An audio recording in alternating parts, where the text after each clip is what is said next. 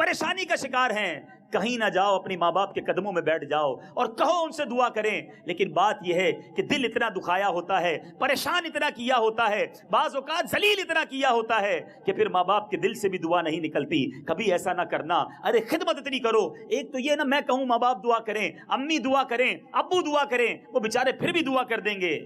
لیکن سچی وجہ اس بات کا ہے کہ میں نہ کہوں اور وہ دل سے دعا کریں. خدمت ایسی کروں کہ میری غیر موجودگی میں ماں اور باپ ہاتھ اٹھا کر دعا کریں. ارے اگر یہ دعا کر دیں تو طوفان ٹل جایا کرتے ہیں. کیا ملتا ہے ماں کی دعا سے؟ حضرت موسیٰ علیہ الصلوۃ والسلام نے اللہ کی بارگاہ میں التجا کی تھی، یا اللہ میرا جنت میں پڑوسی کون ہے؟ ارشاد ہوا موسیٰ جنت میں تیرا پڑوسی ایک کسائی ہے.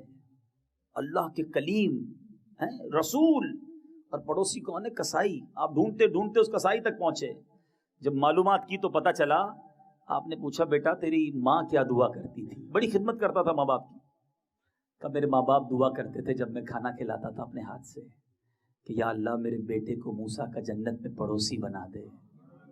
حضرت موسیٰ نے کہا بیٹا تیری ماں کی دعا قبول ہو گئی ہے، تم ہی جنت میں میرے پڑوسی ہو. سوچو میرے میٹھے اسلامی بھائیوں، ماں کی دعا نبی کا پڑوسی بنا سکتی ہے جنت میں. یہ وہ دعا ہے مگر نکلنی دل سے چاہیے. مگر آج حال یہ ہے کہ ہم شادی ہو جائے تو یہی بیٹا بیوی کے چکر میں ماں کو ذلیل کر رہا ہوتا ہے، ماں سے لڑ رہا ہوتا ہے، والد کو دھتکار رہا ہوتا ہے. تھوڑے پیسے ہاتھ میں آ جائے تو باپ سے کہتا ہے یہ میرے ہیں، میں نے کمائے ہیں، آپ کا کیا ہے؟ آپ نے دیا ہی کیا ہے مجھے؟ ارے اللہ کے بندے، ماں باپ نہ ہوتے تو ہم دنیا میں بھی نہ ہوتے. ہمارا جو کچھ ہے وہ ہمارے ماں باپ کا صدقہ ہے. ہمیں عزت ملی، شہرت ملی، دولت ملی، کبھی مت یہ سوچنا یہ میرا ہے، یہ سب میرے ماں باپ کا صدقہ ہے. اگر ان کی تربیت، ان کی دعائیں، ان کی شفقتیں نہ ہوتی تو ہم کہاں ہوتے؟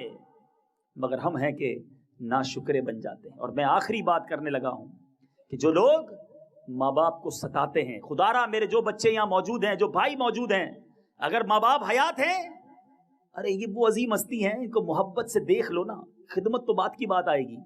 نبی پاک فرماتے ہیں جس کا خلاصہ ہے کہ جب اولاد اپنے ماں باپ کو محبت کی نگاہ سے دیکھے، اللہ تعالیٰ حج مبرور کا ثواب عطا فرماتا ہے، مقبول حج کا. کسی نے پوچھا حضور اگر 100 بار دیکھے؟ ماں باپ تو گھر میں ہی ہوتے ہیں نا، بار بار دیکھ سکتا ہے. پیارے آقا فرماتے ہیں اللہ بہت بڑا ہے، اللہ پاک ہے، گویا کوئی 100 بار محبت سے دیکھے اللہ 100 حج کا ثواب عطا فرماتا ہے. حدیث پاک کا خلاصہ ہے جس نے ماں کے قدموں کو بوسہ دیا اس نے جنت کی چوکھٹ کو بوسہ دیا.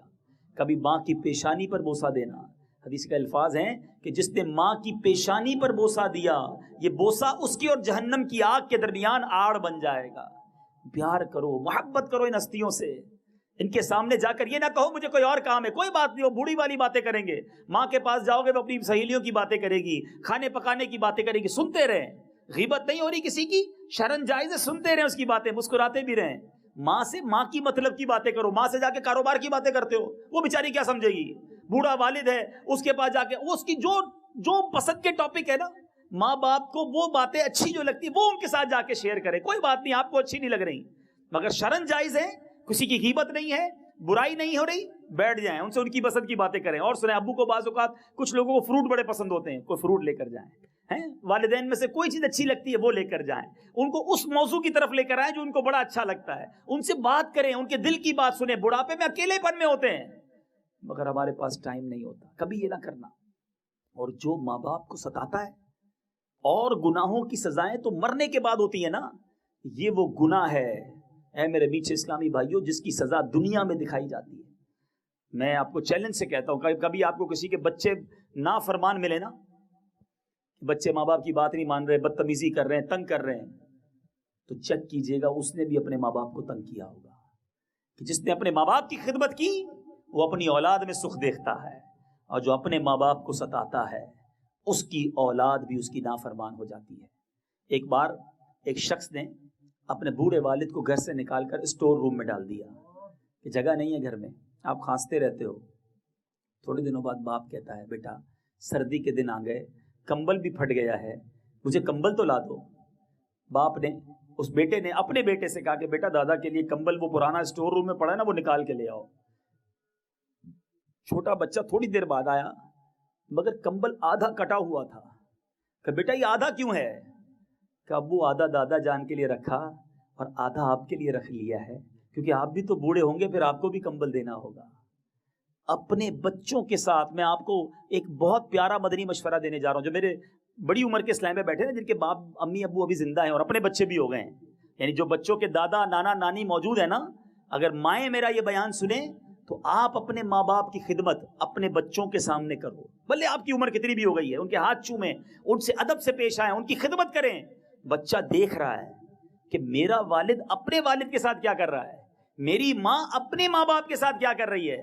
اگر وہ یہ تربیت دیکھے گا کہ یار میرے والد اتنے بڑے ہو کر بھی اپنے والد کے ہاتھ پیر چومتے ہیں، ان کی خدمت کرتے ہیں، ان کے پیر دباتے ہیں، مجھے بھی اپنے والد کی خدمت کرنی چاہیے۔ یہ وہ تربیت ہے جو پریکٹیکل تربیت ہے۔ ہوتا یہ ہے کہ آج اپنے بچوں کی موجودگی میں بیٹا اپنے بوڑھے باپ کو برا بھلا کہہ رہا ہوتا ہے، اس کے پیٹھ پیچھے اپنے ماں باپ کی برائی کر رہا ہوتا ہے، یار امی تو ایسے ہی ہیں، والد بوڑھے ہو گئے ہیں، خامخواہ چک چک کرتے رہتے ہیں، جب دیکھو ٹوکتے رہتے ہیں اپنے بیٹے کے سامنے۔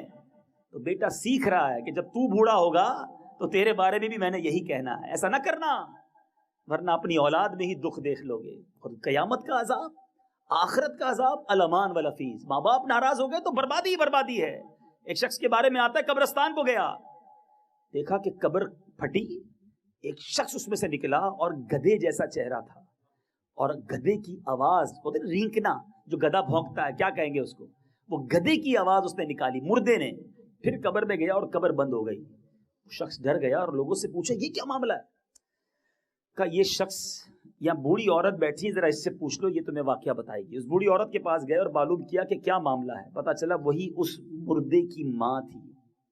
پتا چلا کہ وہ لڑکا شراب پیتا تھا، شراب پی کر گھر آتا تھا، ماں کہتی بیٹا کیوں شراب پیتا ہے، چھوڑ دے، یہ بری عادت ہے۔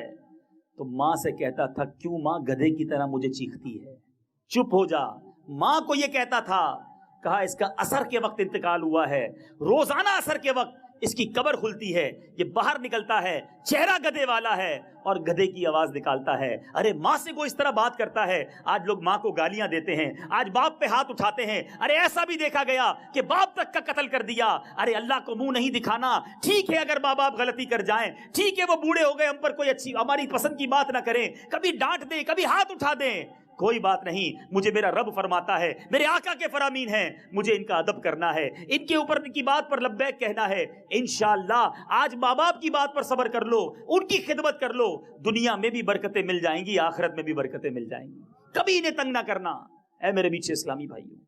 اور ہاں ایک بات جو میں بیان کے اختتام پر بیان کرنا چاہتا ہوں، وہ یہ ہے کہ اگر ماں باپ شریعت کے خلاف کوئی حکم دیں گے، خدا نہ خواستہ ماں باپ ہی کہیں نماز نہ پڑھو، ماں باپ کہیں داڑھی نہ رکھو، ماں باپ کہیں جناب اللہ نہ کرے فلمیں ڈرامے دیکھو، کوئی فرض واجب سے روکیں یا کسی حرام کام کرنے کا حکم دیں، تو یہاں ماں باپ کی نہیں مانی جائے گی۔ ایک فارمولہ یاد کر لیں کہ مخلوق کی فرما برداری میں خالق کی ناراضگی نہیں کی جائے گی، یعنی کوئی ایسا کام بندوں کے لیے نہیں کیا جائے گا جس سے رب ناراض ہو جائے۔ پہلے اللہ کا حکم ہے نا، کیونکہ میں دیکھیں نا اتنی دیر سے بیان کر رہا ہوں، شریعت سکھا رہی ہے کہ ماں باپ کی ماننی ہے، ماں باپ کا حکم ماننا ہے، لبیک کہنا ہے، مگر ایک باؤنڈری ہے۔ اگر اب ماں باپ حرام کام کا حکم دیں گے تو ماں باپ کی نہیں مانیں گے، اللہ اور اس کے رسول کی مانیں گے۔ اور اب مجھے جو ماں باپ سن رہے ہیں ان سے آخری بات کہ دیکھو یہ ہے دعوت اسلامی، یہ ہے شریعت کے احکام۔ اگر یہی باتیں جو آج آپ نے سنی ہیں آپ کے بچے سن لیں، آپ کے بچوں کو آپ اس مدنی ماحول میں لائیں، مدنی منوں کو، مدنی منیوں کو، تو وہ آپ کا ادب کرنے لگ جائیں گے نا، آپ کی خدمت کرنے لگ جائیں گے۔ یہ وہ چیزیں جو سکھانا ضروری ہیں۔ اور آج میں اور آپ غور کریں کہ ہم اپنی اولاد کی تربیت کیا کر رہے ہیں۔ والد فقط جمعے کی نماز پڑھے اور یہ تمنا کرے کہ میرا بیٹا 5 وقت کا نمازی بن جائے، یہ کیسے ہو سکتا ہے؟ وہ تو سمجھ رہا ہے کہ ابو بھی جمعے کی پڑھتے، میں نے بھی جمعے کی پڑھنی ہے۔ والد پورا سال قرآن نہ کھولے، گھر میں قرآن پاک اوپر ریک پہ پڑے پڑے مٹی لگ رہی ہے، اور میں تمنا کروں کہ میرا بیٹا قرآن پڑھنے والا ہو جائے۔ میں فلمیں ڈرامے دیکھوں، میں کہوں میرا بچہ جناب گناہوں بھرے چینل سے بچ جائے، میں معاذ اللہ والد شراب پیے اور یہ تمنا کرے کہ بیٹا شراب چھوڑ دے، کیسے پاسبل ہے؟ ماں کہے کہ میں بے پردہ بازاروں میں گھوموں، میری بچی با پردہ ہو جائے۔ اگر آپ چاہتے ہیں کہ آپ کی اولاد نیک بنے اور مرنے کے بعد آپ کی مغفرت کا ذریعہ بنے، آج طرح طرح کے سافٹ ویئر ہمارے بچوں کو آتے ہیں چلانے، انگلش بولنے آ گئی، کمپیوٹر چلانے آ گئے، طرح طرح کی ڈگریاں لا لی اپنے بچوں کو، سوال کرتا ہوں، میرے اور آپ کے مرنے کے بعد کیا ہمارے بچے انگلش بول کر، کمپیوٹر کھول کر، سافٹ ویئر چلا کر کیا یہ ایصال ثواب کر سکیں گے؟ یا قرآن پڑھنا آتا ہوگا تو والد کی قبر پر بیٹھ کر یاسین پڑھے گا، ہیں نماز پڑھ کر والد کے لیے رو رو کر دعائیں کرے گا؟ اگر ایسا ماحول چھوڑ کر جاؤ گے تو مرنے کے بعد یہ بچے کام آئیں گے. اور بچہ کیسے کام آتا ہے؟ یہ بچے اگر اچھے چھوڑ کر گئے نا، حدیث پاک کا خلاصہ ہے مرنے کے بعد انسان کا اعمال ڈسکنٹینیو، منقطع ہو جاتا ہے سوائے 3 عمل کے. نمبر 1، وہ شخص جو علم چھوڑ کر مرا، اللہ سلامت رکھے علماء کو جو اپنے شاگرد چھوڑ کر جاتے ہیں، اپنی کتابیں چھوڑ کر جاتے ہیں. نمبر 2، فرمایا نیک اولاد جو مرنے کے بعد والد کے لیے دعائیں مغفرت کرتی ہے. اور نمبر 3، صدقہ جاریہ کے کام. تو اولاد ایسی چھوڑنی ہے جو مرنے کے بعد ہمارے لیے مغفرت کا باعث بنے. حضرت عیسیٰ علیہ السلام ایک بار ایک قبر کے پاس سے گزرے، دیکھا قبر میں عذاب ہو رہا تھا.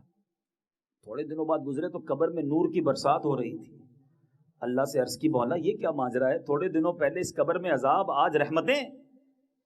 ارشاد ہوا، اے عیسیٰ جب یہ مرا تھا بڑا گناہگار تھا، بڑا خطاکار تھا، قبر میں اس لیے عذاب ہو رہا تھا.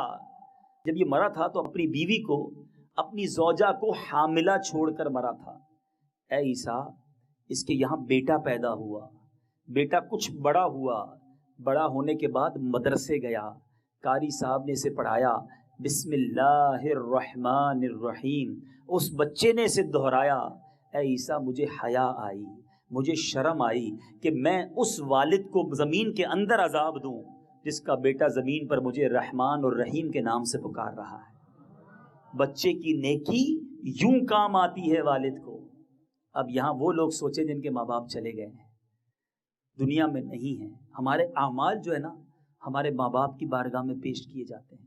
ارے دنیا میں تو سکھ نہ دے سکے، مرنے کے بعد تو دکھ نہ دو.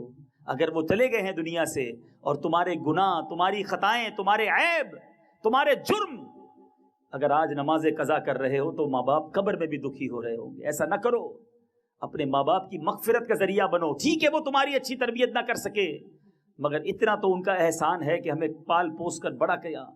اب ان کے لیے ایصال ثواب کے کام کریں، خوب نمازیں پڑھیں، خوب دعائیں کریں، دعوت اسلامی کے مدنی قافلوں میں سفر کریں.